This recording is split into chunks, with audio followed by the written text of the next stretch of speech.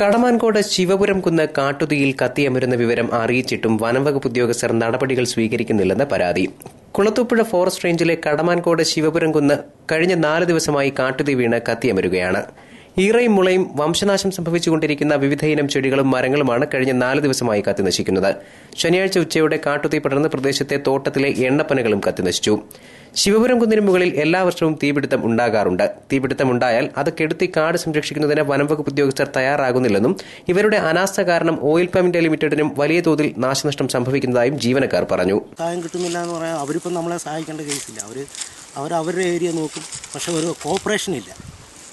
നേരത്തേക്കെന്ന് പറഞ്ഞാൽ ഫോറസ്റ്റുകാരും ഓയിൽ പാമുമായിട്ട് പരസ്പര കോപ്പറേഷൻ ഉണ്ടാകും, ഒരു സഹകരണമുണ്ട്. അവിടെ എന്ത് സംഭവിച്ചാലും ഞങ്ങൾ അങ്ങോട്ടും സഹകരിക്കും ഇങ്ങോട്ടും സഹകരിക്കുമായിരുന്നു. പക്ഷേ ഇത്തവണ അങ്ങനെ ഒരു സഹകരണം നമ്മൾ കണ്ടില്ല. ഒരു ആരോപണം വനത്തിൽ തീ പിടിച്ചിട്ട് ഇന്ന് 4ാമത്തെ ദിവസവും. ഈ 4 ദിവസവും ഈ വനത്തിനകത്ത് ഉള്ളിൽ തീയായിരുന്നു. ഞങ്ങളുടെ ആൾക്കാർ കറക്റ്റായിട്ട് ഞങ്ങൾ 5-6 പേരെ ചുറ്റുമിട്ട് ഇങ്ങനെ തീ ഇത് സംരക്ഷിക്കപ്പെട്ടതുകൊണ്ടാണ് ഇത് പിന്നെ ശക്തമായ കാറ്റിൽ പറന്ന് ഇത്രയും വീണത്. 60-ഓളം പേര് ഞങ്ങൾ കൂടുതൽ ഇത്ര ആൾക്കാർ മറ്റുള്ള നമ്മുടെ തൊഴിലാളികളും പ്രൈവറ്റ് തൊഴിലാളികളും എല്ലാം കഷ്ടപ്പെട്ടതിൻ്റെ ഫലമായിട്ടായി ഒരു 10-15-20 പനയ്ക്കുള്ളിൽ ഒതുങ്ങിയത്. തിരിഞ്ഞ് നോക്കിയാൽ കാണാനേ ഉള്ളൂ. അതിനു മുമ്പേ പിടിച്ചില്ലേ?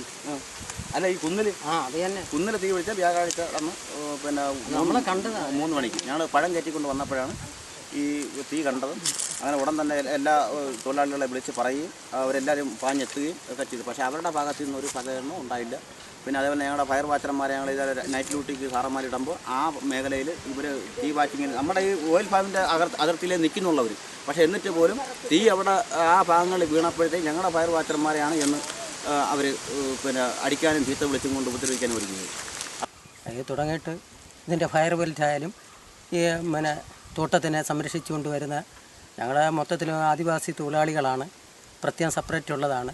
പക്ഷേ വനംവകുപ്പിൻ്റെ ഈ മുളംകൂപ്പി തന്നെ ഉദ്ദേശം ഇത്ര ഹെക്ടർ എന്നുള്ള അറിയാൻ വയ്യ. എങ്കിൽ തന്നെയും അവരുടെ ഒരു സംരക്ഷണമോ കാര്യങ്ങളൊന്നും ഈ പിന്നെ ഉണ്ടാകുന്നില്ല.